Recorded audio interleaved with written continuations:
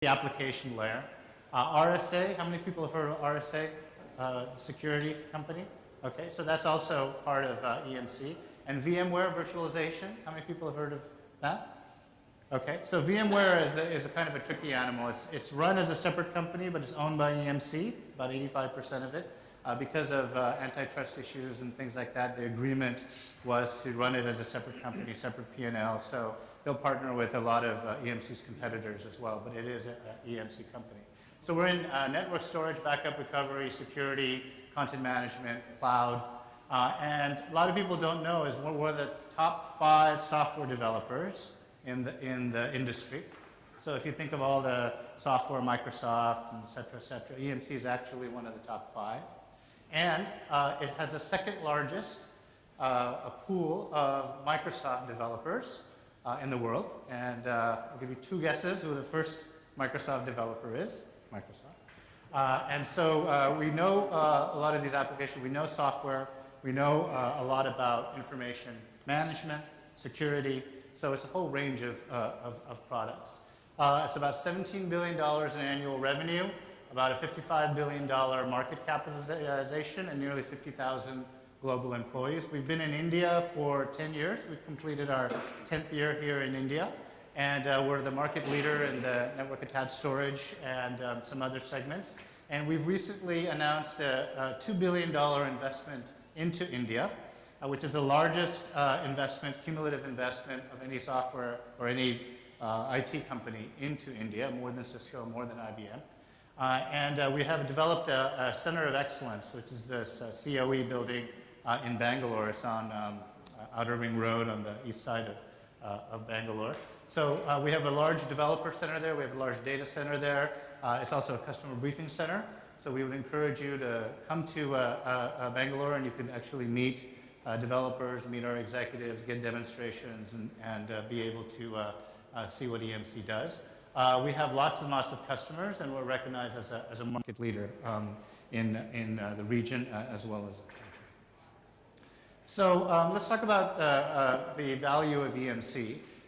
We talked about VMware virtualization. Everybody knows about that as a major trend happening in the industry, and as a key part of the journey to the cloud, right? So virtualization, being able to manage all of your resources, server resources, storage resources, etc., and information infrastructure products. So those are the kind of 2 sides of what EMC offers. And then if you look at EMC stack, you're familiar with storage, also backup and recovery, so disaster recovery, disaster management, backup, and all of the things you need to do with your data. We made a recent acquisition of a company called Greenplum. So that's in the data analytics space, data warehouse space. So that's analysis of structured information. So you gather intelligence from information, whereas the Information Intelligence Group, which is the Documentum and Captiva, all of the workflow things, that's unstructured information. So both sides of the coin of structured and unstructured is what we cover, and of course RSA security. So that stack, if you will, is what EMC brings to the market. So trends that we're seeing, there's 3 trends that we're seeing. The first trend is what we call the new user.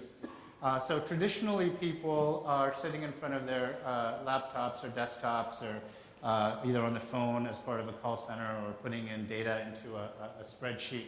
But now what we see is a major trend happening, which all of you are familiar with, because probably most of you are on Facebook, of social computing. Usage has surpassed email. So more people are in the social networks and sharing information via these social networks than they do email.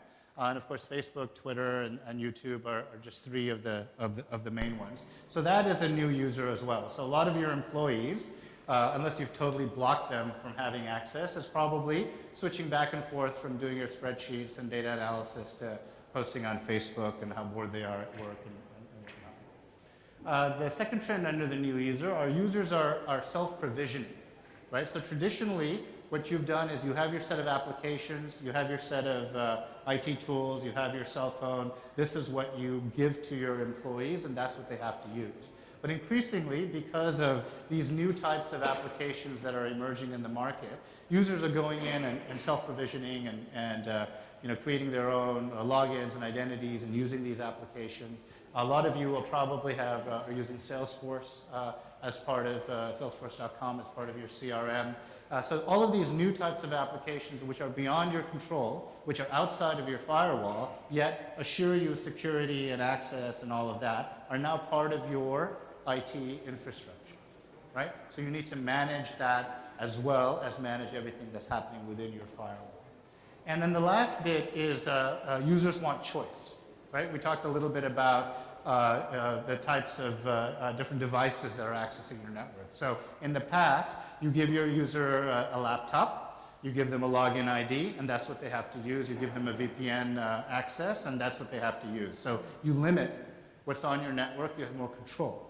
But now people are saying, well, I don't want to use this cell phone, I want to use a different cell phone, I want to use iPad, I want to use this type of thing, this and that type of application. So users want choice. So now you are not in the driver's seat anymore, right? And it usually starts with the executive, right? They've got an iPad for Diwali or something like that, and they want to come and they tell you, hey, I want to check my email on this thing. And you go, no, sir, we can't do that. And he says, of course you can, I'm the boss. And that's how it begins. So that's the new challenge you have as IT managers